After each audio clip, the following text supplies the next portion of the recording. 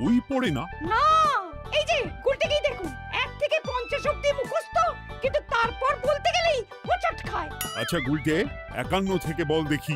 51, 52, 53, 54, 55, 56, 57, 59, 60, 61, 57, 59, 60, সেগুলো আবার কি? 61 আগে তো 60 হবে। 41 এর আগে যেমন 40 হয়, 31 এর আগে যেমন 30 হয়। তুই কি নতুন করে বই লিখছিস নাকি সংখ্যা আবিষ্কার করছিস?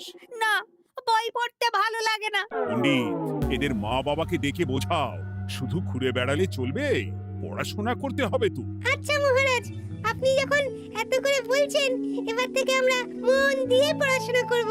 হ্যাঁ, আর বলিস না, তোদের গিন্নিমা আজকে চুনো মাছের চচ্চড়িটা যা বানিয়েছিল না, আহ, পুরো মাখন। গিন্নিমাতে এতদিন জানতাম সরষের তেল দিয়ে রান্না করতো, এখন কি মাখন দিয়ে রান্না করছেন নাকি? আরে দূর, মাখন দিয়ে রান্না করবে কেন? যাই হোক, বাদ দে। উফ, বিকেল বেলা আমাদের বাড়িতে চলে আসিস, তেলে ভাজা দিয়ে মুড়ি খাবো। আর সাথে একটু পেঁয়াজ কুচি আর শসা থাকলে একেবারে জমে যাবে। এ কি মন্ত্রী, তুমি এখানে দাঁড়িয়ে দাঁড়িয়ে গল্প করছো, কোনো কাজ নেই? রাজসভা তো একটু পরে শুরু হবে, তাই একটু ফাঁকা সময়ে। বুঝেছি। বেশি বকবক না করে রাজসভায় এসো, আজকে একটা গুরুত্বপূর্ণ আলোচনা আছে। ঠিক আছে, আমি আসছি। তাহলে বিকেলে চলে আসিস। হ্যাঁ হ্যাঁ মন্ত্রীমশাই, একদম চিন্তা করবেন না।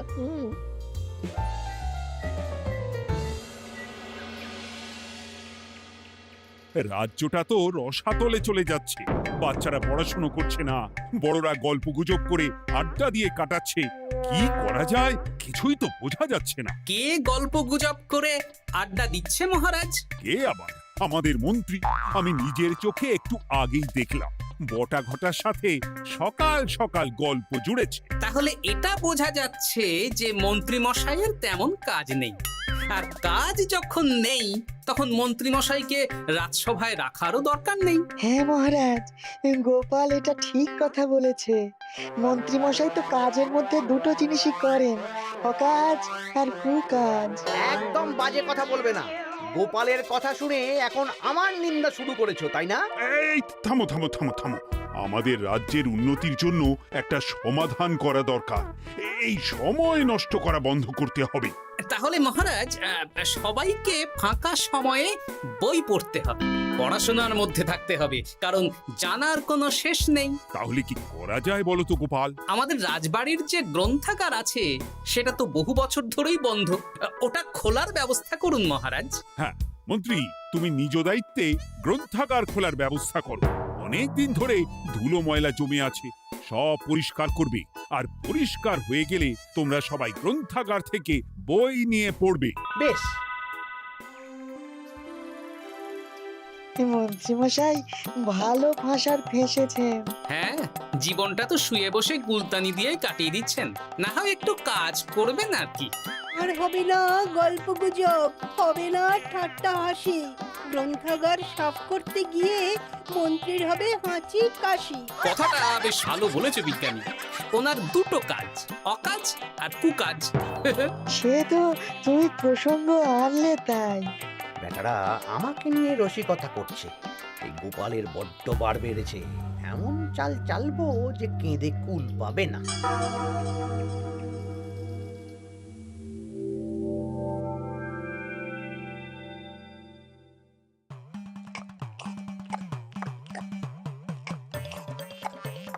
বেশ সুখে ছিলাম, কিন্তু হঠাৎ করে গোপাল আর মহারাজের সহ্য হলো না, চাপে পড়ে গেলাম। আমরা আপনাকে চাপমুক্ত করব, বলুন কি করতে হবে? আমি সব ভাবনা চিন্তা করে ফেলেছি, এখন তোদের আমার কথা মতন কাজ করতে হবে। আসতে পারি মন্ত্রী মশাই? হ্যাঁ, এসো এসো। ইনি তো চিত্রশিল্পী, এনাকে দিয়ে কি হবে? ইনিই তো আসল কাজ করবেন। শোনো, তা গোপালকে ভালো করে দেখে নিয়েছো তো? বিলক্ষণ। একটা পাতায় গোপালের ছবি আঁকতে হবে, ওপরে লেখা থাকবে কৃষ্ণনগরের ভবিষ্যৎ। কি গোপাল তো আপনার শত্রু, গোপালকে নিয়ে বই লিখছেন কেন? আমি বলছি, একটা পাতায় গোপালের একটা ছবি আঁকা হবে, যেখানে গোপালকে দৈত্য হিসেবে দেখানো হবে। বড় বড় দাঁত, বড় বড় কুলোর মতো কান। শোনো, নিচে একটু ফাঁকা রাখবে, যা লেখার আমি পরে লিখে দেব। আর আপনি মহারাজকে এই পাতাটা দেবেন? হ্যাঁ, আর বলবো যে গ্রন্থাগার পরিষ্কার করতে গিয়ে এই পুরনো পাতাটা পেলাম, তবে অনেক খুঁজেও বইয়ের বাকি অংশ কিচ্ছু পেলাম না মহারাজ। মহারাজ ওখানে দৈত্য বেশি গোপালকে দেখে ভাববেন রাজ্যের বড় বিপদ আসতে পারে, আর গোপালকে কোনো কারণ ছাড়াই তাড়িয়ে দেবেন। একদম তাই। কিন্তু একটা সমস্যা আছে। আবার কি সমস্যা? পুরনো পাতা বোঝাবেন কি করে? ছবি আঁকা হয়ে গেলে পাতাটা দুদিন রোদে ফেলে রাখবো, তারপর পাতার ধারগুলো একটু আঁকা বাঁকা করে কেটে দেব, সাথে আগুনের হালকা তাপ দিলে সাদা পাতা খুব তাড়াতাড়ি পুরনো দেখাবে। এটা ঠিক বলেছেন। আচ্ছা চিত্রশিল্পী, তাড়াতাড়ি ছবি এঁকে ফেলো। আমি কালকে সকালেই দিয়ে দেব। বেশ বেশ। আর বটাঘটা, তোদের কালকে থেকে একটু আমার সাথে হাতে হাতে কাজ করতে হবে। হ্যাঁ, এসে আমরা আপনার সুখে দুঃখে পাশে থাকবো।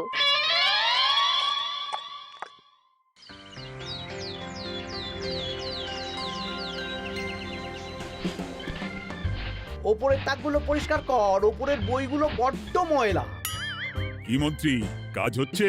কাজ করছেন না, বরং কাজ করাচ্ছেন। কাজ হওয়া নিয়ে দরকার, যে আমি করি বা অন্য লোক, তাতে কি যায় আসে? যায় আসে মন্ত্রী মশাই। আমাদের এই গ্রন্থাগারে এত দামি দামি প্রাচীন দুষ্প্রাপ্য বই আছে, যদি কোনো বই চুরি হয়ে যায় তার দায় কে নেবে? এটা গোপাল ঠিক বলেছে। আমি তো এখানেই আছি, বটাঘটা সাহস আছে নাকি বই সরানোর? বেশ, তাহলেই ভালো। চলো গোপাল, পাঠশালায় গিয়ে দেখে আসি আজকে কেমন পড়াশুনো চলছে। গোপাল আমাদের ঘুরিয়ে চোর বললো মন্ত্রী মশাই, আর আপনি প্রতিবাদ করলেন না। প্রতিবাদ কি? গোপালকেই দুদিন পরে রাজ্য থেকে বার করে দেব।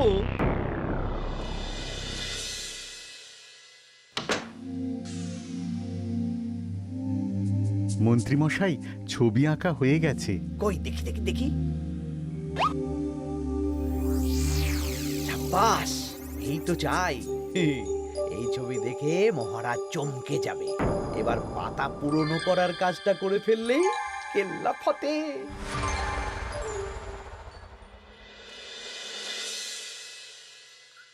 তা মন্ত্রী, গ্রন্থাগার পরিষ্কার করার কাজ শেষ? হ্যাঁ মহারাজ, তবে তবে কি?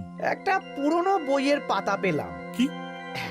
এই এই দেখুন মহারাজ, আচ্ছা দেখি। অনেক পুরনো বইয়ের পাতা। একই মহারাজ, আপনি আমার দিকে তাকাচ্ছেন কেন? ওরে বাবারে, এই পাতায় কি লেখা আছে? পড়ছি, কৃষ্ণনগরে এক নবরূপী দৈত্য জন্ম নেবে, যার নামের আদ্য অক্ষর গ। সে শুরুতে লোকজনের উপকার করবে, কিন্তু তার বয়সকালে তার আসল রূপ ফিরে আসবে। ওই ব্যক্তি আসলে মানুষ নয়, সে এক দৈত্য। সে থাকলে কৃষ্ণনগরে নেমে আসবে সর্বনাশ। কৃষ্ণনগরের মানুষদের ধরে সে খাবে। তার আসল রূপের চিত্র প্রদর্শিত করা হলো। কই দেখি মহারাজ। দেখো, সত্যি তো, এই দৈত্যকে একদম গোপালের মতন দেখতে।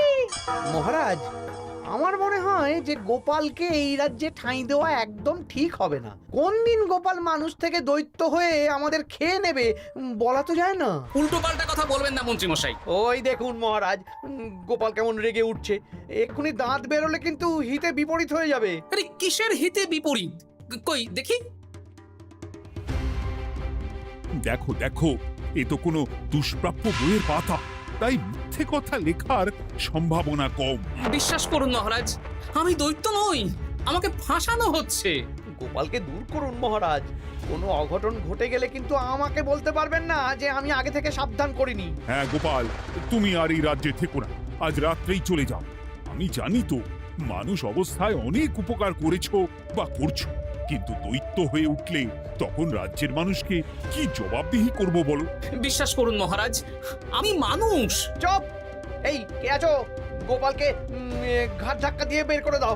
যেন আজকের পর এই রাজ্যে আর না দেখি। মহারাজ এসব বিশ্বাস করলেন? মন্ত্রী মশাই জোর খাটালেন যে, কি আর করা যাবে।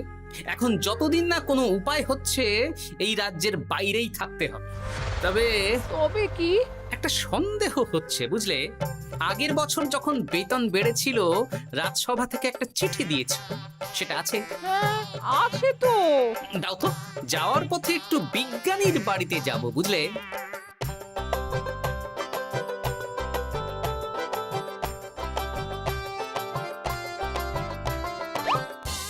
এবার চলো।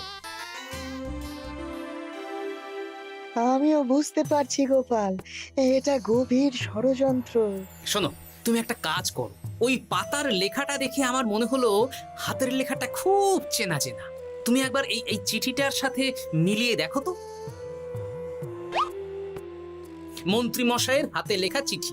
বেশ, আমি তাহলে কায়দা করে পাতাটা নিয়ে এসে পরীক্ষা করব।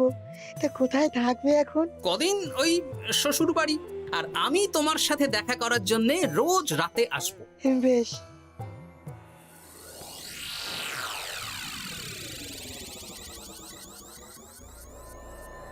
আসতে পারি মহারাজ? বিজ্ঞানী, এসো এসো এসো।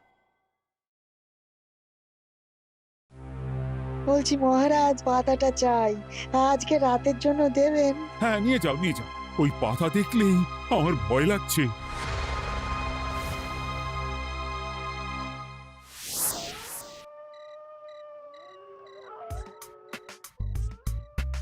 এ তো হাতের লেখা হুবহু এক, একদম মিলে যাচ্ছে।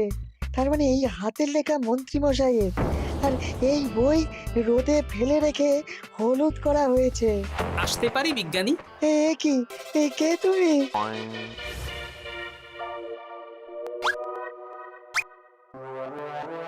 গিন্নির পুরনো শাড়ি পরে নারী সেজে এলাম, কেউ জানতে পারলেই বিপদ। এ কোনো বিপদ নেই, তোমাকে মন্ত্রী মশাই ফাঁসিয়েছেন। ওনারই হাতের লেখা, আর ওটা রোদে ফেলে আর উষ্ণ তাপে রেখে পাতা হলুদ করা হয়েছে। জানতাম এইরকমই কিছু একটা হবে। তাহলে কালকে সকালেই রাজসভায় সব খোলসা করে দিই। না না, তার আগে মন্ত্রী মশাইকে একটু নাচাবো। কিভাবে? আমি দৈত্য সাজবো আর মন্ত্রীকে ভয় দেখাবো। আগে বটাকে দেখাবো, তারপর ঘটাকে, শেষে মন্ত্রীকে।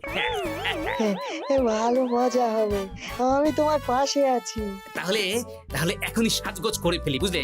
তুমি একটা চাদর মুড়ি দিয়ে আমার সাথে বটা ঘটার বাড়িতে যাবে এখন। আচ্ছা।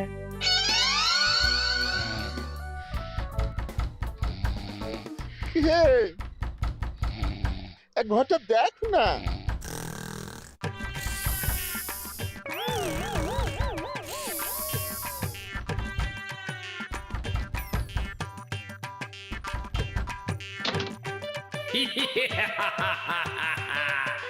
আমি তোকে খাবো, আমি দৈত্য গোপাল। বাবারে, আসল দায়িত্ব কি করে হয়ে গেলে? পালাই, এই ঘটা ওঠ। পালিয়ে কোথাও যেতে পারবি না। আমি তোকে খাবো। বাঁচাও বাঁচাও। কি হলো? বটা কোথায়? এ বটা, বটা, এ কি হলো তোর? কোথায় গেলি? দৈত্য গোপাল আমাকে ধরে নিয়ে যাচ্ছে। মানে এটা কি? হ্যাঁ? আমি গোপাল দৈত্য, আজ রাতে বটাকে গলাদ্ধ করনি আমার ভোজন, কাল তোর পালা। ওরে বাবা রে, কি কাণ্ড! আমাকে খেও না। চুপ, আমি মানুষ। এবার বল, আমাকে ফাঁসানো হচ্ছিল কেন? বল। আমি কিছু জানি না, সব মন্ত্রী মশাইয়ের চক্রান্ত। আমাকে ছেড়ে দাও। এখন না, পরে ছাড়বো। শোনো বিজ্ঞানী, এখন এর মুখ হাত পা ভালো করে বেঁধে ফেলো দেখি। আমি এক্ষুনি বাঁচছি। আর ভোরবেলা একটা কাজ করতে হবে, আমার কয়েকটা নাতি নাতনিকে তোমার বাড়িতে নিয়ে আসবো, আর তারপর। আচ্ছা, আমি এখন চললাম, দরজাটা ভালো করে বন্ধ রেখো।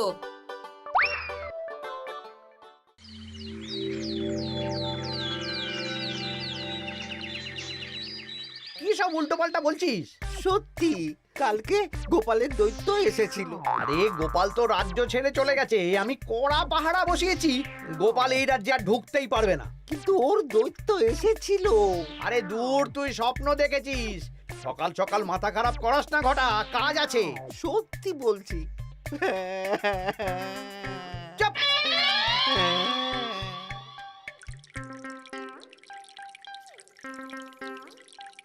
মহারাজ, আমি কানা ঘুষো খবর পেলাম বটাকে গোপাল দৈত্য কালকে রাতে তুলে নিয়ে গেছে। হ্যাঁ, আমিও তো তাই শুনলাম। কি সর্বনেশে দিন এলো! এতদিন তো এই বিপদ ছিল না। কালকে গোপালকে তাড়িয়ে দেওয়ার পরেই গোপাল দৈত্য হয়ে সব শুরু করলো নাকি? আরে দূর দূর, আরে গোপাল দৈত্য হবে কি করে? মানে তুমি তো ওই পাতাটা দেখিয়ে বললে। না মানে আমি বলতে চাইছি যে মহারাজ, গোপাল দৈত্য হয়ে এই রাজ্যে বিপদ আনতে পারে, কিন্তু সেটা তো এই রাজ্যে থাকাকালীন।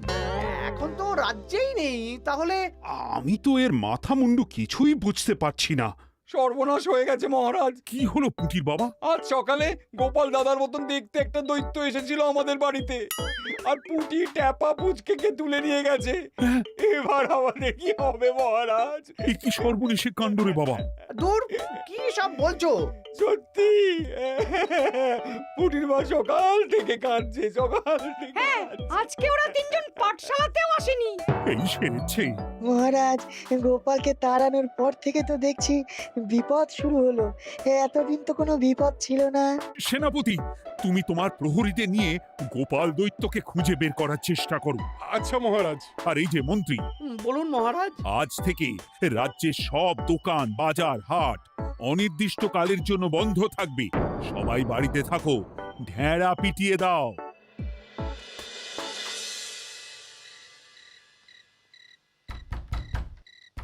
কে? আমি দরজা খুলবো না। এই দরজা খোলো, আমি বিজ্ঞানী।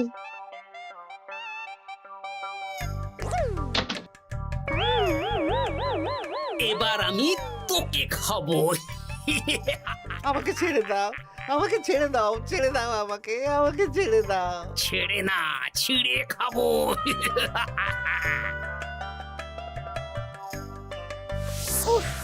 এই তো দাদু চলে এসেছো। এরকম শুয়ে বসে থাকতে ভারী মজা। এ কি বটা, তোর কিছু হয়নি? না না, কাল একটু ভয় পেয়েছিলাম। না, কিছু হবেও না। এই মন্ত্রীর সব চক্রান্ত ধরা পড়ে গেছে। আমি চাইলেই মহারাজের কাছে মন্ত্রীর নিজের হাতের লেখা বইয়ের ব্যাপারে বলতে পারতাম, কিন্তু আমি চাই মন্ত্রী মশাই নিজের মুখে নিজের দোষ স্বীকার করুক।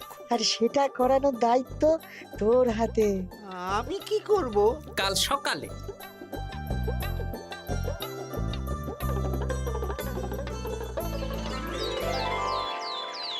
কালকে আবার ঘটাকে তুলে নিয়ে গেছে। ও সেনাপতি, তুমি কি করছো? আমি তো দেখতে পাইনি গোপালকে। দূর! মহারাজ, মহারাজ, কি ঘটা, কি অবস্থা তোর? অনেক কষ্টে পালিয়ে এসেছি। গোপাল খেতে গিয়েও খায়নি আমাকে।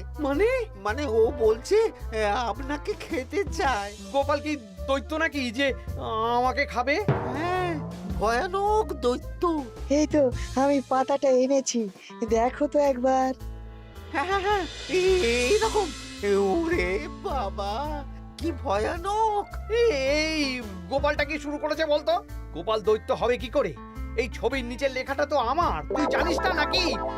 না মানে কিছু না। তোমার লেখা মানে? না আমার লেখা না, মানে আমি খুঁজে পেয়েছি আর কি। আপনি সত্যি না বললে আমার কাছে কিছু প্রমাণও আছে মন্ত্রী মশাই, যে এই পাতার লেখাটা আপনার। হ্যাঁ, এটা মন্ত্রী মশাইয়ের লেখা, আমি সব জানি। এই তোকে বলতে বলেছি। না, এবার আমি বলবই। আগে আমার প্রাণ, তারপর আপনার মান। মন্ত্রী মশাই এই পাতাটা নিজে লিখেছেন, আর গোপালের ওই ভয়ানক ছবি একজনকে দিয়ে আঁকিয়েছেন।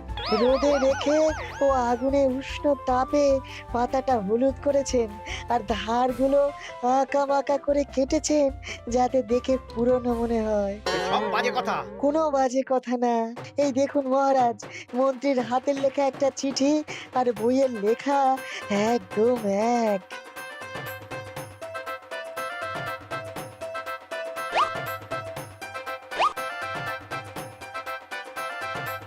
এ কি মন্ত্রী?